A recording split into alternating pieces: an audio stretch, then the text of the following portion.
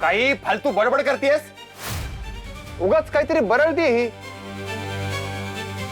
कोणाशी काय बोलतेस कळतंय ना?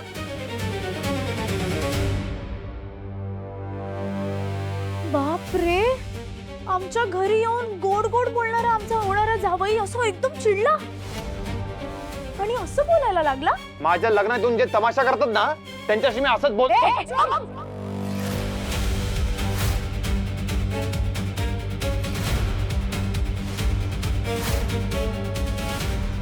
आवाज खाली कर. तुझा खरा चेहरा सगळ्यांना कळला ना तर हाच तुझा आवाज आहे ना सगळे मिळून तुझ्या घशात टाकतील.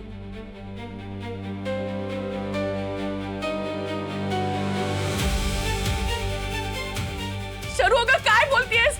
तुझ्या बहिणीचं लग्न फोडायचंय का? मम्मी, अशा माणसाशी लग्न होण्यापेक्षा ना ताईचं कधीच लग्न नाही झालं तरी चालेल. शरू मामा थांब. शरू नीट सांग काय झाले ते.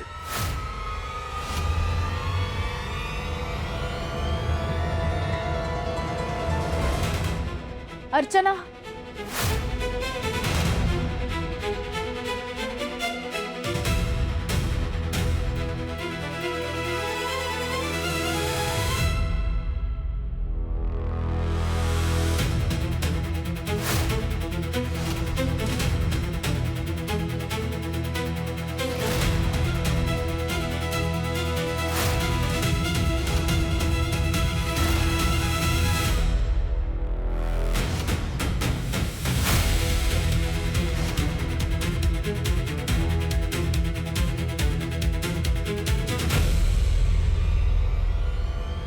पप्पा, ही गौतम बांदेकरची बायको आहे, कायदेशीर.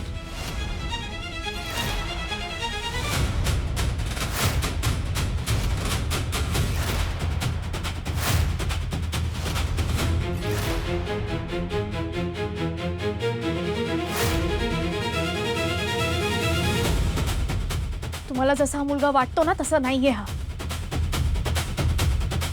त्याने विश्वासघात केलाय तुमचा. हा एक नंबरचा नालायक आणि फ्रॉड माणूस आहे.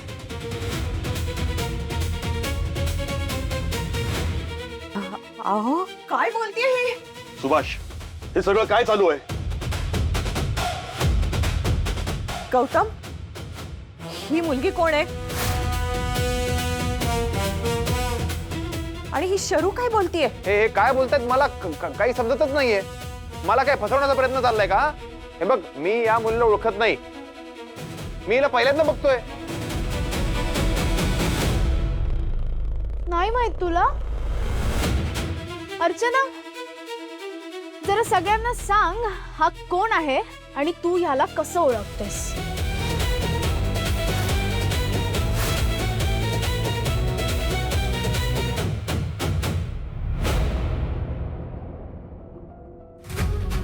अर्चना ताई, हे बघ, इथे एवढी माणसं आहेत. तो माणूस तुझं काहीच बिघडवू शकणार नाही आणि तुझे आई बाबा ना सेफ आहेत. हो, ते सेफ आहेत. तू हिम्मत कर आणि सगळ्यांना सगळं सांग. जर आज तू खरं सांगितलंस ना तर माझ्या ताईचं आयुष्य उद्ध्वस्त होण्यापासून वाचेल. नाहीतर हा नालायक माणूस तुझ्यासारख्याच एका मुलीचं आयुष्य बर्बाद करेल. प्लीज.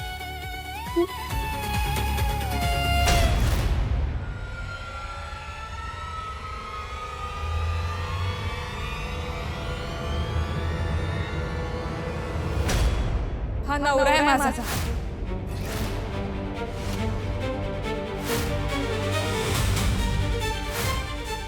फ्रॉड आहे हा. नाव बदलून राहतो.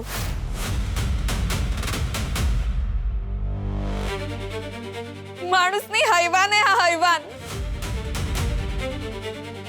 हे काय बोलतायत मला काही समजतच नाहीये. मला काय फसवण्याचा प्रयत्न चाललाय का? हे बघ, मी या मुलीला ओळखत नाही. मी हिला पहिल्यांदा बघतोय. ए मुली, कोण आहेस तू? काय बोलतीयस? हा गौतम माझा मुलगा आहे आणि त्याचं लग्न झालेलं नाहीये. काहीही बरळशील. हा म्हणजे तेच म्हणायचं होतं मला. ताई तुम्हाला ना काहीतरी गैरसमज होतोय. बहुतेक ना तुम्ही माझ्यासारख्या दिसणाऱ्या मुलाशी लग्न केलं असेल बहुतेक. प्रमिला वहिनी आवरा तुमच्या मुलीला.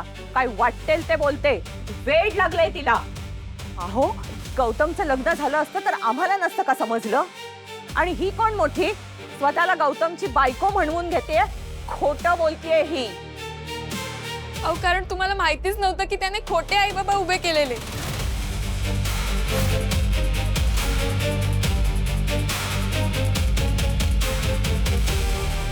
योगेश साठे नाव सांगतो स्वतःच.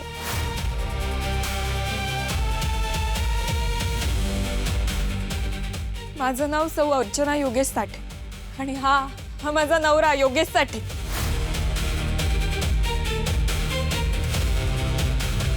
ही मुलगी काय मूर्खासारखं बोलतीये. खरंय काका, सगळं खरंय. हा तुमचा मुलगा ना वेगवेगळी नावं घेऊन बरेच उद्योग करतो. आणि अर्चना सुद्धा कदाचित पहिली मुलगी नाहीये ज्याने तिला फसवलं. हे खूप मोठं रॅकेट आहे. सॉरी पण तुमचा मुलगा तुमच्या समोर वेगळा आणि जगासमोर खूप वेगळा आहे. ह्याच्या वेगवेगळ्या नावाची बरेच डॉक्युमेंट्स आहेत, पासपोर्ट आहेत. आणि हा बरेच दिवस झाले अर्चनाला दुबईला घेऊन जाण्याचा थापा मारतोय.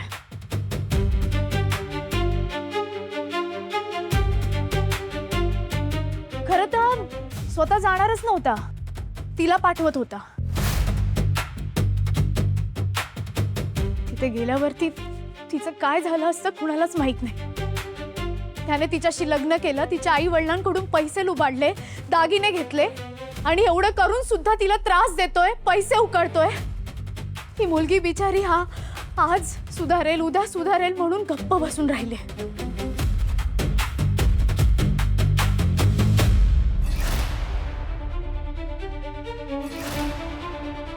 मम्मी, सवाष्ण भोजनाच्या दिवशी जेव्हा हिने हिच्या नवऱ्याला फोन केला तेव्हा त्याच वेळी बांदेकरचा फोन वाजला.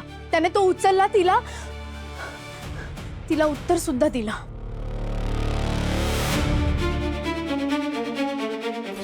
मिस्टर आले का तुमचे? मी कॉल करून विचारते. हा.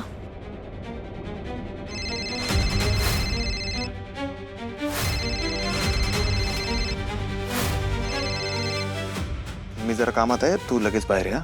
हा मी बाहेरच आहे. मला एक अर्जंट काम आलं तर मी जाऊन येतो. अहो आपल्याला वाटलं की ताईसाठी चांगला मुलगा मिळाला, आपण खुश होतो.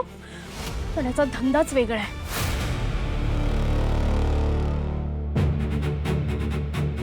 हा बायकांना फसवतो, आपल्या जाळ्यात अडकवून त्यांच्याकडून पैसे लुबाडतो, दागिने घेतो आणि मग परदेशी पाठवून देतो.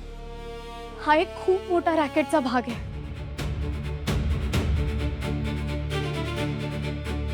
पप्पा आपण वाचलो, आपली ताई वाचली.